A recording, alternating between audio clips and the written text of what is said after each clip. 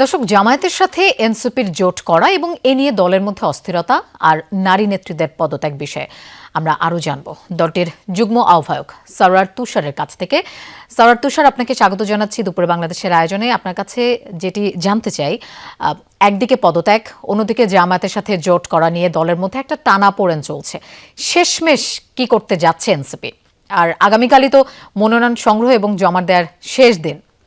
আপনাকে ধন্যবাদ। আমরা দল হিসেবে অভিন্ন সিদ্ধান্তই নেব। আমাদের দলের যে গত ইসি মিটিং, সেই ফোরামে এ ব্যাপারে আলোচনা হয়েছে। সেখানে কারো কারো ভিন্নমত ছিল, কিন্তু দল হিসেবে আমাদেরকে অভিন্ন সিদ্ধান্ত নিতে হবে এবং যে কোনো সিদ্ধান্তের পক্ষে দলের অধিকাংশ কেন্দ্রীয় লিডার তারা আসলে এক জায়গাতেই আছে এবং তারা আহ্বায়ক এবং সদস্য সচিবের প্রতি তাদের আস্থা পুনর্ব্যক্ত করেছেন। আপনাকেই বলছি, ইন্স্যুরেন্স করলে সিটিতে সুরক্ষা পাবেন নিশ্চিতে। সেই সিদ্ধান্ত কিছু সামান্য কয়েকজনের হয়তো মনোপুত হচ্ছে না, তো সেটা তারা তাদের ব্যক্তিগতভাবে তাদের মতো সিদ্ধান্ত নিচ্ছে, কিন্তু আমরা দল হিসেবে অভিন্ন সিদ্ধান্ত নেব এবং সেই সিদ্ধান্তটা কি সেটা আমরা 2-1 দিনের মধ্যেই হয়তো জানতে পারবো। সেটি আপনারা জানতে পারবেন, কিন্তু এই যে যেটি জানতে চাচ্ছি যে নারী নেত্রীদের পদত্যাগ, তাদের এই পদত্যাগের বিষয়ে এনসিপি কি চিন্তা ভাবনা করছে?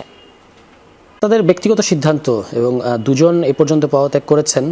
তারা দলীয় মিটিংয়ে ছিলেন, তাদের মধ্যে একজন, সেখানে তারা আসলে কোনো মতামত রাখেন নাই এ বিষয়ে, কিন্তু আমরা ফেসবুকের মাধ্যমে জানতে পেরেছি যে তারা পদত্যাগ করছেন। এবং আমি মনে করি যে এটা একটা অসাংগঠনিক সিদ্ধান্ত হয়েছে তাদের তরফ থেকে। তবু যেহেতু তারা দীর্ঘদিন আমাদের সাথে ছিলেন, আমরা তাদের প্রতি সম্পূর্ণ শ্রদ্ধা জানাতে চাই, রাখতে চাই এবং শুভকামনা জানাতে চাই। একটা বড় দল, তার জার্নির মধ্যে এরকম অনেক ঘটনা ঘটে, কিন্তু আমাদেরকে দল হিসেবে এগিয়ে যেতে হবে এবং আশা করি যে তাদের উচিত ছিল যে দলের সিদ্ধান্তের প্রতি সম্মান জানিয়ে বা ভিন্নমত সহকারে দলে অবস্থান করা। বাকি যারা আছে তারা হয়তো সে কাজটা করবে। সরওয়ার তুষার, আপনাকে ধন্যবাদ দুপুরে বাংলাদেশের আয়োজনে যোগ দেওয়ার জন্য।